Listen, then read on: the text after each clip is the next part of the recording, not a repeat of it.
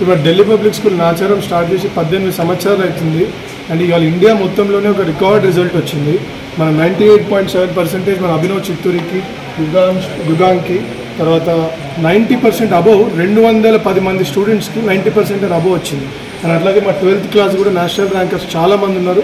And మాకు ఇవాళ చాలా పెద్ద మా పల్లవి గ్రూప్ ఢిల్లీ పబ్లిక్ స్కూల్ హిస్టరీలో this is the best result. And మొత్తం సిటీలో ఉన్న స్కూల్స్ అన్నిటికంటే మాకు ఈ రిజల్ట్ రావడం చాలా సంతోషకరమైన విషయం.